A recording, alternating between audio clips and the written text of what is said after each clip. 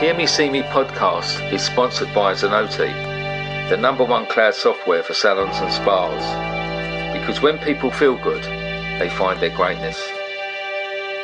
I am Stuart Roberts, and I'm really excited to introduce my new podcast, Hear Me See Me. It's just over 5 years ago. I did something that changed my life. What it did, more than I could have ever realised, it helped me. I have met some absolutely amazing people. Some of the people that work in some of these places, many of them are volunteers, but some of them it is their job. I'd had this idea after being inspired by a guy in America I'd seen cutting hair on the streets and seeing the difference it made to the guys who were there. This is more than a job. This is a calling. Hello, this is Stuart from Hear Me See Me podcast. Today I've got a wonderful guest. We appeared recently on we both spoke on a Clubhouse thing with the British Beauty Council, and the story really intrigued me. So I wanted to get her on. Today I've got Helen Addis, breast cancer campaigner. How are you today? Honestly, I am pretty good. I love my little tagline of being a breast cancer campaigner. Yeah. Good power. It's nice because I'm like at home. I'm like a mum and a thing, and I'm like, so to actually, it sounds really good. I'm a breast cancer campaigner, and I like that hat a lot. It's funny as well, isn't it? Because you do these things in life, or we all do these things, but when people say about it, we don't really realise. Because people often say that about me, about the things that I do, and you forget that you actually do anything like that, don't you? I know. Oh, what are they talking about? Yeah, I know exactly. So there's on the talk. I say why I particularly got hooked in that day. A really good friend of mine I've known for a long time has been battling with cancer for quite a long time, probably 15 years or something. Bless her. I won't betray her trust because no one knows I'm talking about. But she had cancer of the jaw, and she had the first person where they done this operation where they actually cut around, lifted up, took the jaw away, made jaw from leg bone, muscle was gum. Incredible, like a massive, like 14-hour operation or something. Wow. And she's battled, and the bravery, when you know people are going, the bravery they show, keep going back, and it's come back. And I don't know if you recognise this, but recently what's been difficult is because of COVID, keeping that treatment going, because she had a big break in the treatment. So then it came to her lung and her bowel. And recently and I'd just taken her for a treatment that day when I come on in the afternoon. So, is that right? Yeah. COVID has definitely put a spanner in the works. Yeah. For people that are living with cancer and going through cancer treatment, but also really shockingly is that GP referrals are down 75%. So basically people aren't presenting with cancer-related symptoms. Yeah. So I think we're going to have a massive knock-on effect with this soon, which is why it's just so important, especially now that we all know our normal with our bodies. And if you find anything unusual, that you do go and get it checked out, whether it's a persistent cough or blood where you shouldn't be bleeding from, or lumps, rashes. It's just always worth getting it checked out. And that's kind of how I fell into what I do, is because I happened to find a lump in my boob 2.5 years ago. And my life kind of just flipped in an instant. And I don't have any family history of cancer. And for breast cancer, I was young, particularly young. I was 39, and fit and well, didn't drink that much, and ate pretty well and worked out and all the rest of it. So I didn't think that would be winging its way towards me, but it did, and it was pretty aggressive. But I caught it early, and that's the most important thing. So don't let COVID be an excuse not to go to the GP. It's so important. Yeah, and be a nuisance. You're going to have to make yourself a nuisance, because when you are going to get knocked back a little bit because of the can't see. I've had skin cancer a few times, and my sister's had it. My dad had it when he was alive. I've had bits cut out and stuff, and I've got a lump come back, and I know what it is as soon as I see it. But you know as soon as that you're going to get said, oh, we can't do this. Send a photograph. I mean, recently, piles was really playing me up, and I had to. Shit, that's awful. I had to have a phone call and talk, and I had to describe it to the doctor. Oh, you didn't have to. You didn't have to take a picture, did you? Well, that's what I thought. No, I'm not doing that. Give me the cream, Doc. Give me the cream. Oh, it's awful, isn't it? Because of my history, I was a little bit worried, because I thought, and I did have my PSA levels checked a while ago, and they said we've got to keep an eye on it. So obviously this, but I know I've got off this track a bit, but it's the surrealness at the moment of the situation. And that's just a minor thing. So if you've got something really important, it's crucial that and if you get turned down, you've got to keep saying, no, I really want to get this looked at. Yeah, definitely. Even if it means seeing and speaking to a different GP or... Yeah, I think it's just so important. And with mine, when I found my lump, I saw the GP, who agreed with me that she said it was likely to be hormonal, which is what I thought it was, just because you're too young and it's not in your family. She said, but let's see the consultant anyway. So 2 weeks later, I was in front of a breast consultant, and in that 2 weeks, another 4 lumps had grown. So I thought, well, it must be hormonal, because cancer doesn't do that, does it? But apparently it does. So, the type that I had. So, I feel like I just don't think I'll ever stop banging on about it to other people now. No, you can't. My dad, when my dad was alive, he had a long history of heart problems, but he died of leukemia. But they didn't. Is that right? Right, okay. They didn't get the leukemia, which became very aggressive, because every time we went to the doctor, and all they focused on, they sort of tunnel vision on the heart problems. And then and I kept going with him in the end, because he wouldn't speak, at their generation, oh, yeah, I'm fine. You go, no, you're not fine. So I just go, no, Dad, you're not fine, And it was a case of, and then the doctor said, well, he is 71, and he is. And I go, you don't know him. It worked me. There's something definitely wrong with him. And I think that's a crucial thing of really pushing to get the right people in front of him. So with his sort of fatigue levels and breathlessness and that sort of thing, right? They kept saying, because he had this enlarged heart problem, and I said, well, he's going to get right. So that was and that's be careful of like if they're focusing on one thing, make sure everything else is explored. Yeah, absolutely. Yeah, you got So frightening, really. Day, you spoke about the C list, which I thought was a fantastic idea. So what happened to me when I had my diagnosis? My oncology team, so my medical team, said to me, "So you're going to have a mastectomy next week. So lose a boob in 5 days, right? You're going to go straight onto chemo, 16 rounds of chemo. So you're going to lose your hair. You may lose fingernails." And you need to rethink your bathroom cabinet and your makeup bag, because your skin's going to become extremely sensitive. And I thought, talk about twist the knife. Like, you've taken my boob, taken my hair, and now, like, I can't even put a bit of, like, uplifting mascara on or something to make me feel a little bit better. So I went off to my high street to find my new products that I had to use. And I was looking in the shop, and I picked up a shampoo.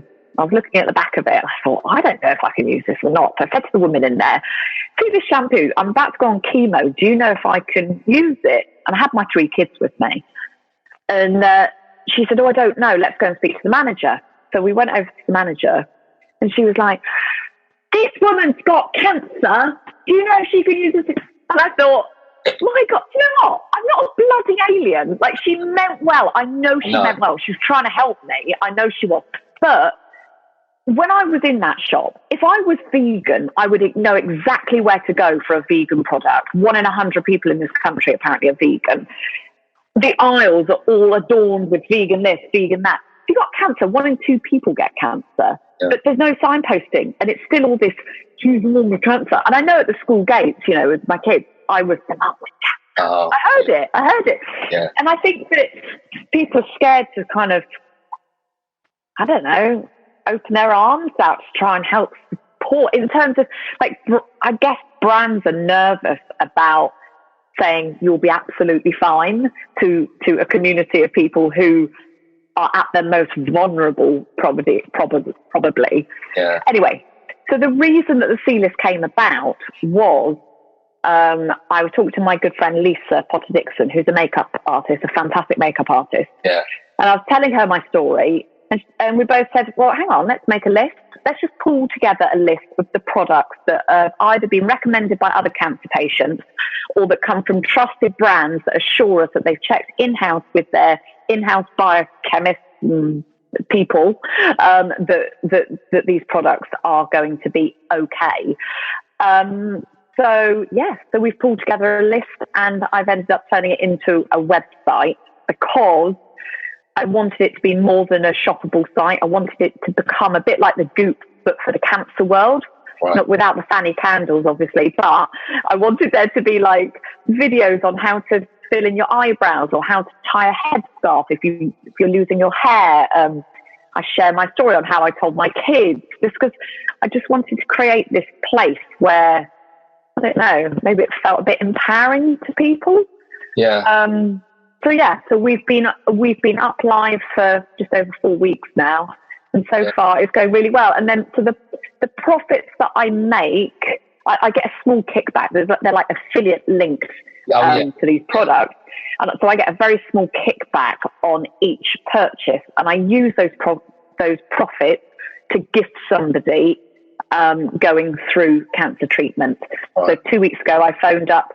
I picked at random. Her name's Jane. She's halfway through bowel cancer treatment. She's in her 50s. She was feeling pretty crappy.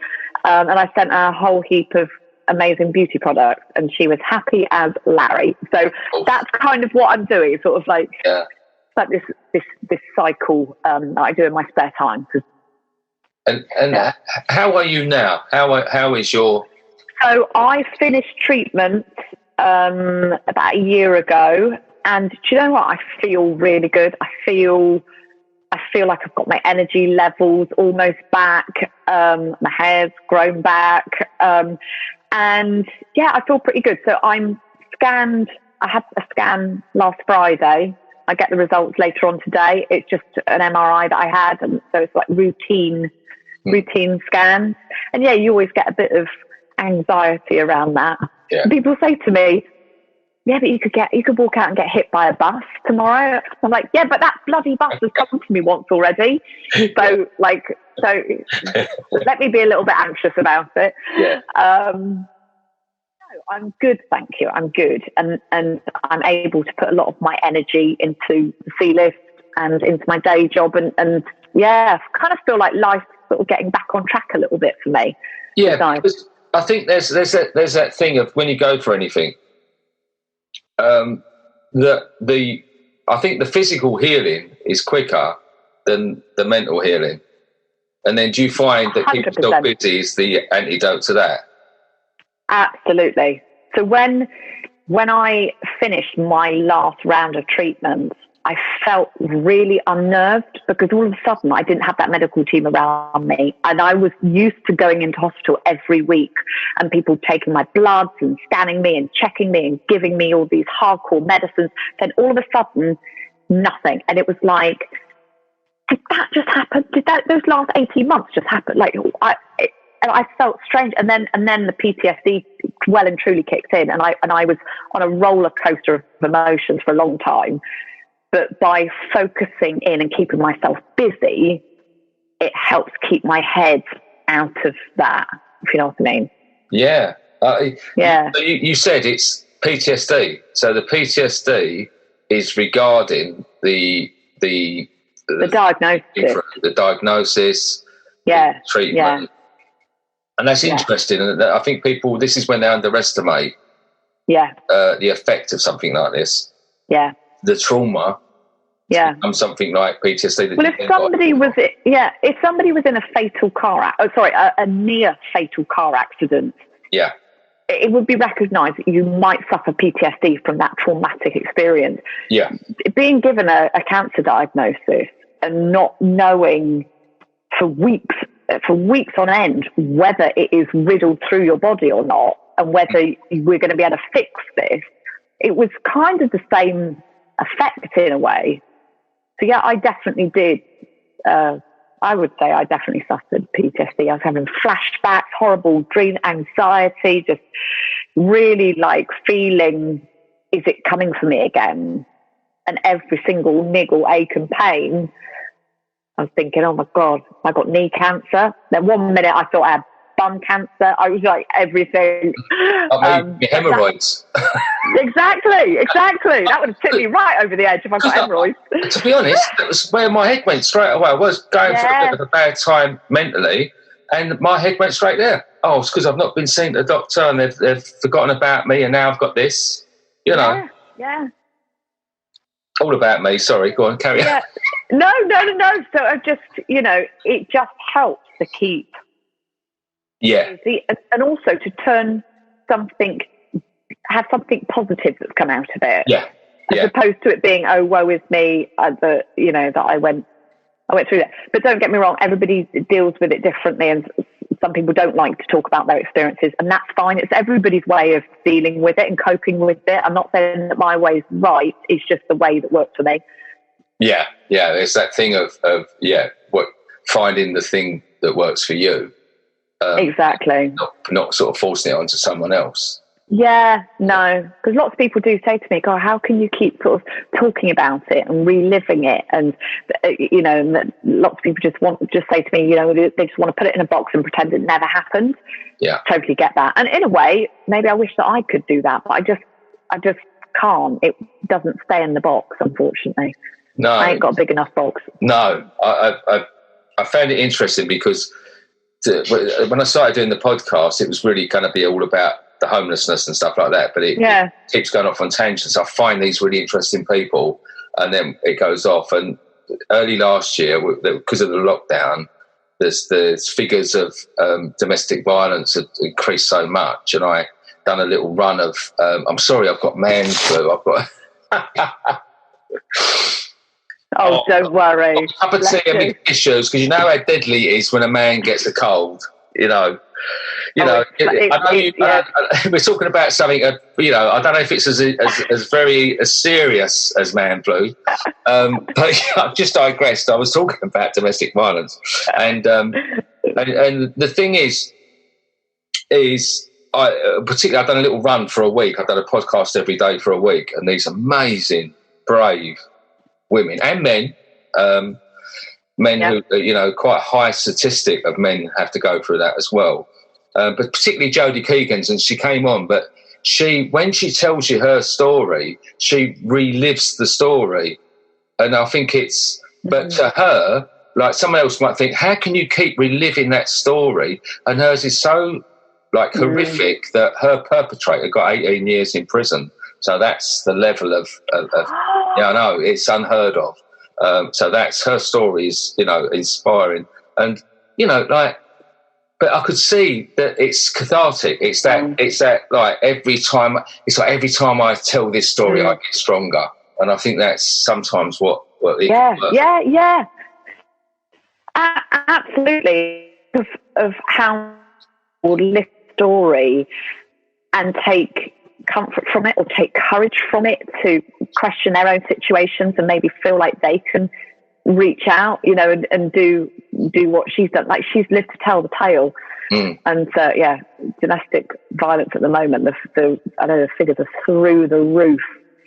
I'll be interested to listen to that. Yeah, she's an amazing woman. So tell me about the titty gritty. So the titty gritty, so that's my Instagram handle, at the titty gritty, and that came about obviously because I was going through my treatment, and when I was going through chemo, each week I would bring a different friend or group of friends with me, and I did a thing called Come Dine With Me, where I would judge them on the snacks that they brought me, if they brought me a gift, how much gossip they brought me, and basically just overall entertainment value of that group of friends. And one thing I would always ask them is, do you check yourself? And I would honestly say about 90% of them said, oh, no, I don't. No, I don't. I wouldn't know what I'm looking for. I don't know how to check.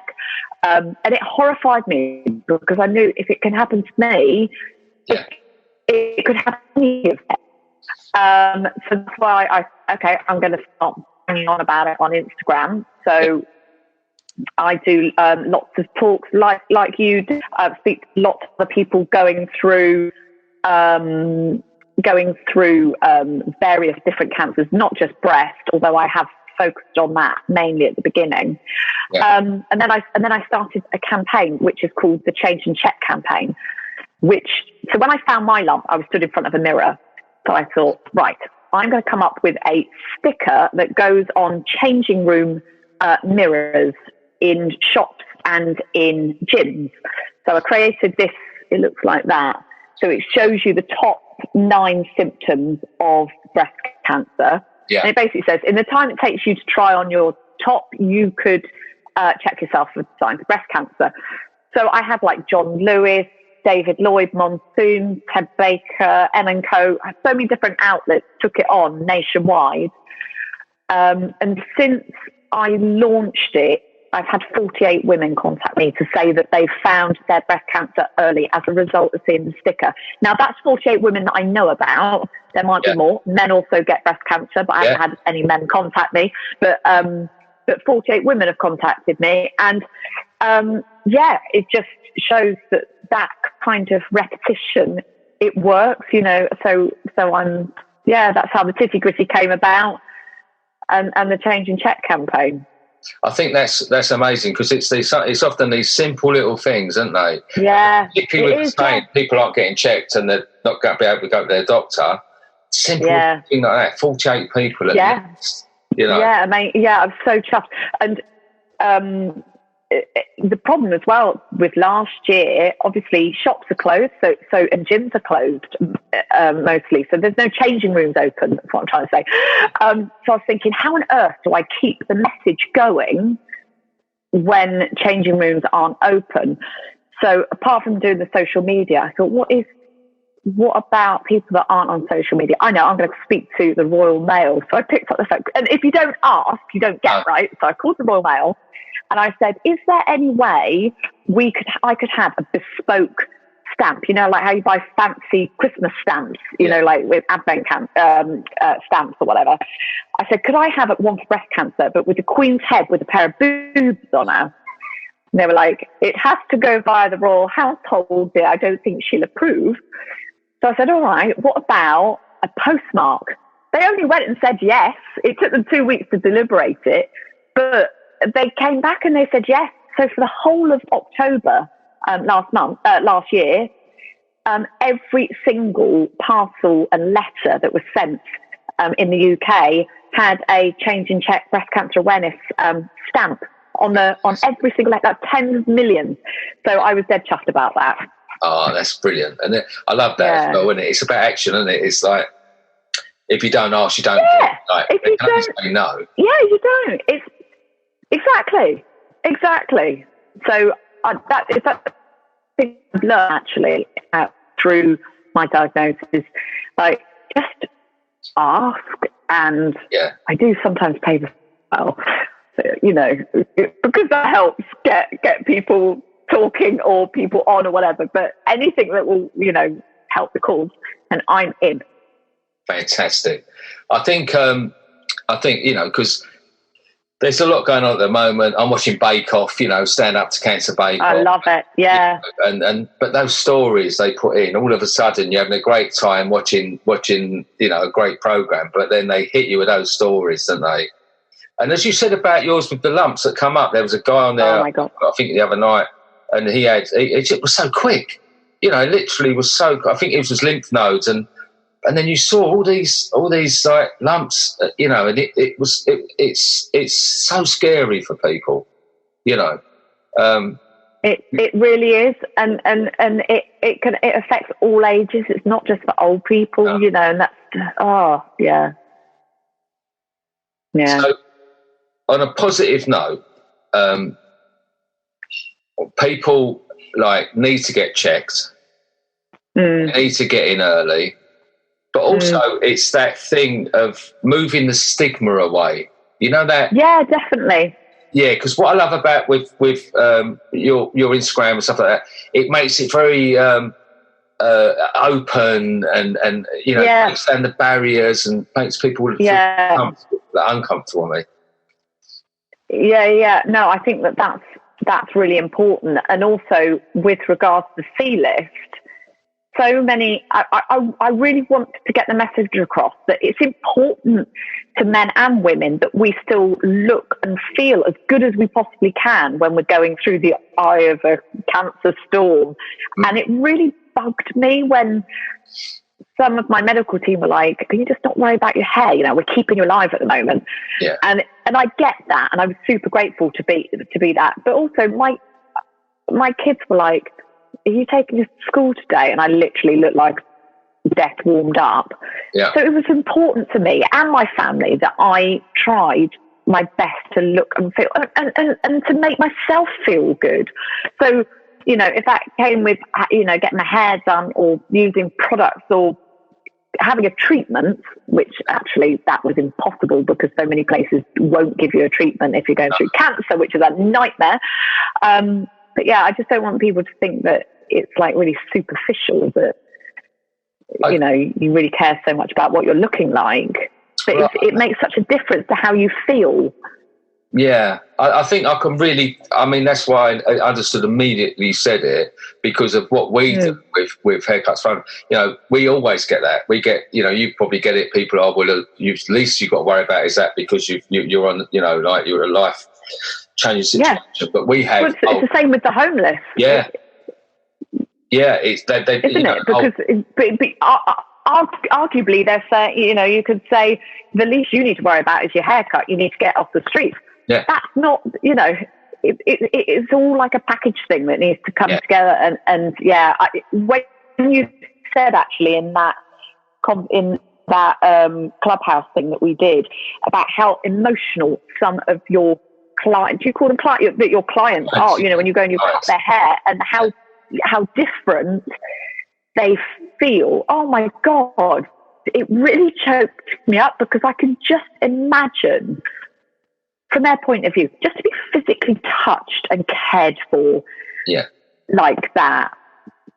Oh, it really got me because the touch, isn't it? It's amazing. I mean, there's times when, you know, we are moved to tears, you know, like, but there's these preconceived ideas that people have with cancer, with homelessness, and they sort of say, well, I suppose you just cut all their hair off, or I suppose, you know, they should. The one that really gets me is, and I know they don't mean it bad, but they should be grateful. If someone, I treat my homeless customers, guests, clients, the same as I would in a salon, as much as possible. Now, they've got the right to like their haircut or quickly tell me they don't. You know, they've got as much right as you or I to you know, and they do sometimes, you know, and they go, cool, mate, no, can you blend that in a bit more? But you're a professional and you want... Yeah. But you don't mind that, I'm sure, do you? I love it. I love it. Yeah. I've been the dog one because sometimes they don't put it across very well. I've had to, you know, sometimes when they've been a little bit under the influence of something, they may have, and I've had to like put them, you know, remind them. But I bet that hasn't happened that much. It's very rare. It is so rare. And do they get a hair wash and everything else and a head massage? And we do it where we can. So there's some places where they've got facilities and they can go and get a shower and then come to us. Sometimes it literally is straight from being out all night, and we've only got a water spray. You know, I've had instances where it's been so matted that I couldn't even get home in it, and I've had to sort of like just sort of cut as best I can. But yeah, I had a lady at Southend, bless her. It was so matted, she was so upset, she's going to have to shave my head. And I said, well, let me try. Just let me try. And I spent an hour, and I got loads of spray conditioner, leave-in products, and I was combing. And in the end, I managed to do a nice little bob. And she managed to comb it all through. We lost, got this lovely little bob going. And she was so pleased. She was so over the moon. Then she pulled her woolly hat back on and went... Oh, it took me a bloody hour to do that. But you've got to laugh. I love all that stuff, you know, because it's it's just amazing. Yeah. So, how many places are your that you do this? Nationwide? Yeah. I started on my own, and we had I just done on my own in Romford. And then quickly people come and help me, and then it grew in 2014, and now we've got 67 across the UK and Ireland. We've got over 600 volunteers, and we've done over 40,000 haircuts. And it's just grown by, you know, the hairdressing industry, the beauty industry. As you know, the minute you start to do something that's really connects with people, as you found out with the C-list, things like that, people just want to help. They do. It's such a big industry, you know. Yeah, absolutely. And the difference that you will have made to those 40,000 people is phenomenal. But I mean, I can't thank enough, like, as well, that the British Beauty Council, because that was where we met on that talk. They've done so much. They've done so much good, you know, for our industry that's really been decimated the last year or so, you know, and it's worrying because it's what's going to come now, you know, because, you know, you're going to have the aftermath of this. People aren't really, they're really aware of it yet. You know, already we're seeing, like the other day, Thornton's going to shut all their shops and all these things. It's going to take some time. I think it's going to take years and years. Yeah. But I'm not going to end it on that. That's a bit depressing, isn't it? No. No, let's definitely not do that. Let me tell you a funny story. So when I was going through treatment and telling my kids was really tricky. They were only 5, 7, and 9 at the time, and I learned very quickly that I had to the sort of cancer conversation had to just become part of our household, because they were getting quite upset when I was on the phone to doctors behind closed doors and stuff. They really knew that something sort of big was up, basically. Anyway, one day I was going through my daughter's book bag, I remember, and my prosthetic boob was in her school bag. She had taken it to school for a show and tell, because I didn't use it every day. I only put it in if I was going out that day. So I didn't even know it had gone missing. And she had taken it to school. Brilliant. That's fantastic. Well, her teacher saying, I'm really sorry that my boob came into school today. Like, you got to love I'm never going to let her live that down. You do, but then I think, how many of those like snotty little kids have been like handling it? Like, so I think it's a good old scrub afterwards. The boys have been going on it. Yeah.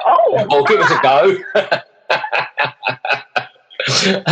I remember, like, my daughter, like, when my dad passed away eventually, one day, you know, he died, and then a few days after he died, something come on the telly or something, probably Scottish, because my dad was a Scot, and I just started crying. And my daughter, who's 23, she's only little, she got to me and went, oh, what's the matter, Dad? Has Granddad died again? And, you know, just love it, don't you? Like, he's died again. It's like, just... The stuff they come out with. When I was halfway through chemo, unfortunately, I lost my mum halfway through my treatment, and I had to delay my treatment so that we could have her funeral. And I took the kids, and we were at the crematorium to that. And then that evening, like, I was obviously beside myself. I put my kids to bed, and my youngest said to me, "So where did that box go? And was Grandma actually in that box?" And I was like, yeah, I think she's in the box. And they were like, but where does it go? And then I stupidly said that it all gets burned. The question to me was, what burns? Do her eyeballs burn first, or her head? Like, I can't. You have to laugh. It's those situations that get you through it, isn't it? Yeah. Oh my God. The stuff they come out with. Oh. Anyway.